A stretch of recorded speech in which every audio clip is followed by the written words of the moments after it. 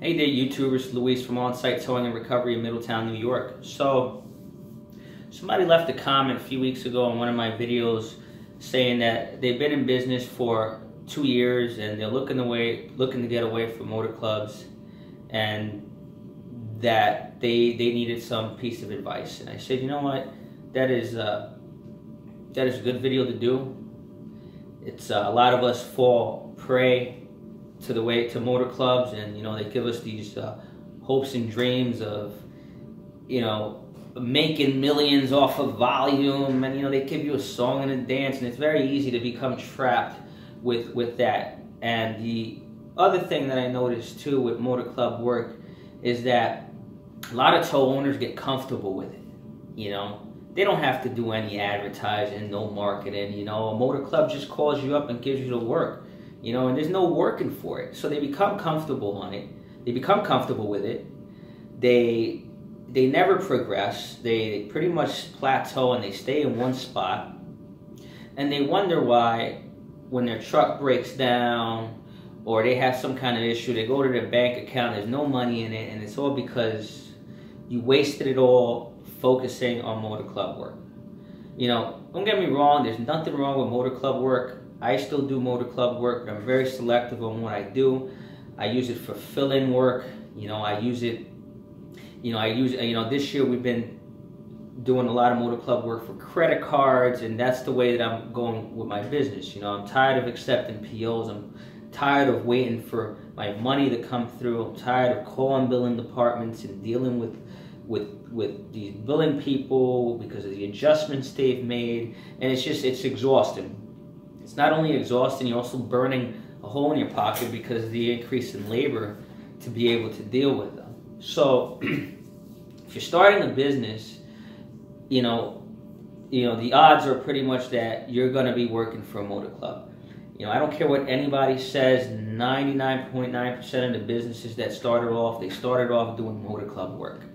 Unless you went and you bought a very successful turnkey business, that is the only way I can see that possible. So, so don't listen to all the people, the naysayers saying, oh, well, don't do motor club work, you can do without them. It's a good place to start off and get your feet wet. And it's a good place to interact with people, especially if you do a motor club local in your area. Those are local potential customers that keep calling you. And, a lot of times they end up bypassing the motor club. They call you directly, they pay your bill, and then they submit it to the motor clubs. And we do a lot of that because these people don't want to deal with the motor clubs because it's frustrating. You're on hold for 25 minutes trying to get a service provider. You guys know the whole deal. So anyways, one of the things that when you first start your business is, you should try and get away from the motor clubs as quick as you can. I'm just going to throw a deadline, let's say the 2-year mark. 2-year mark, your goal should be to start dwindling down on motor club work and focusing on retail work. Cut that middleman out. There's no reason for a Gero or Allstate to get in between us and the customers. Customers should be dealing with us directly and not the motor clubs, and that's exactly what you do. You want to do. You've heard the terms. There's too many chefs in the kitchen. Too many chiefs and not enough Indians. It's you guys get it. So you should focus on growing your retail side of the business, because I can tell you this. Cash at the end of the day is going to be better than a direct deposit in 2 weeks. That's the way I see it.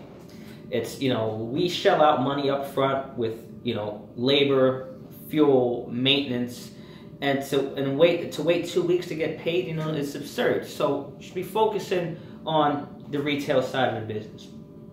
And you're probably wondering, how do I get retail business? It takes a little bit of work. You got to hustle. You better know how to sell.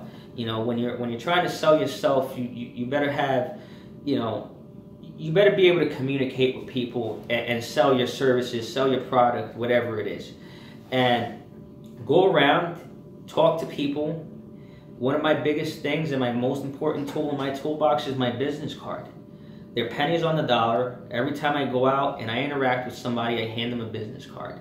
Business cards travel, and you'd be surprised. People will call you out of the blue saying, hey, I found your business card at a gas station.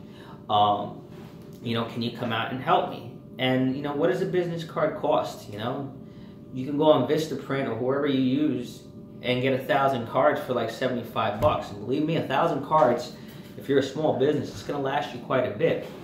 You should make it a habit that every person that you interact with, hand them a business card. Every shop that you go to, even if you're not doing towing for that particular shop, drop them a business card. You know, maybe one day the guy that they've been using for the last few years, his truck is down or he's unavailable. Maybe they'll call you. It happens to us all the time. It's you know, several shops here that we're not their primary tower, but they call us a few times a month, and you know, eventually we might end up getting them all. So you know, that's, you know, if money's an issue and you're trying to keep costs low with advertising and stuff, business cards is the way to go.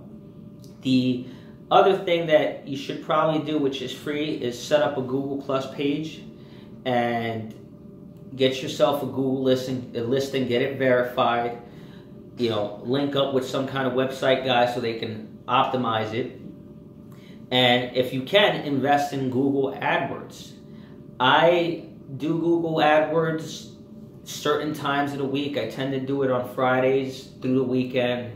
If there's inclement weather, I set up a campaign for those few days that we have bad weather, especially if it's snow. We do a lot of winching through our Google Ads. And that's another good way. A good way too is to get your name out in the community. Do community events, do parades.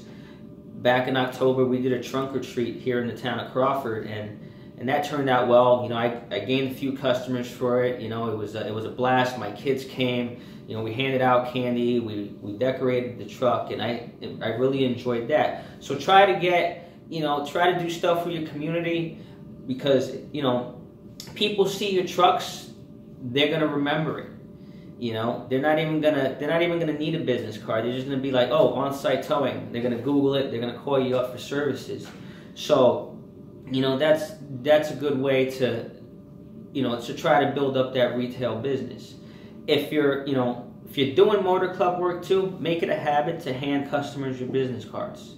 Tell them, hey, you know, if you don't want to go through the frustration of dealing with the motor clubs here, just give me a call directly, and then I can give you a bill. You know, sell them on it. You know, it's a convenience. You know, rather than calling a Gero, they'll call you, and then they can just mail the invoice to a Gero. You know, that's a good way to do it. But anyways, but your main goal as a business is to try to do away with the middleman, and you're gonna thank me. You know, it's a little scary at first, especially if you rely solely on motor club work. You know, I was a little nervous at first, but what I ended up doing was I ended up slowly dwindling it down. And, you know, I used to be at like 95% for motor clubs, and now we probably do anywhere between 10 to 15% of motor club work. So, you know, it can be scary, but hey, you know, you're gonna have to take that leap of faith, and you know, you're gonna have to hustle. And like I said, don't get too comfortable with the motor club work. You know, you're not gonna make a living like that. And like I said, your truck's gonna break. You're not gonna have the money to fix it because you're just running your truck into the ground for these peanuts and so on and so forth. And that's pretty much it. You know, I'm not a big fan of motor clubs, and I've said it in all of my videos. You know, I feel that they're destroying the industry, and they're continuing to destroy the industry.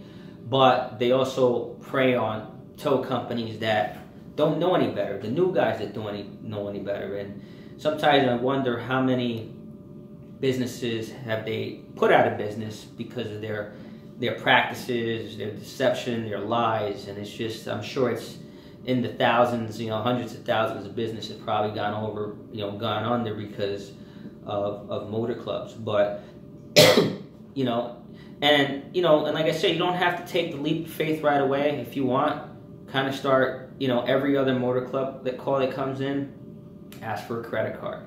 Ask for a credit card.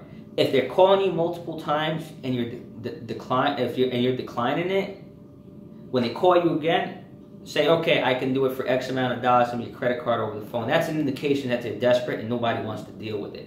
And don't be afraid to overcharge, because it's a motor club call. You know, it's not going to be smooth sailing. You're going to get there, the car's not going to be there, they're going to give you the wrong address, customer's not going to be there ain't going to be no keys. So don't be afraid to inflate your bill 200, 300%. You know, there's nothing wrong with that. You know, at the end of the day, it's just business. You know, so it's pretty much all I got for you. Hit like and subscribe. And if you got any questions, leave a comment. And once again, this is Luis from On-Site Towing and Recovery, and thank you for watching.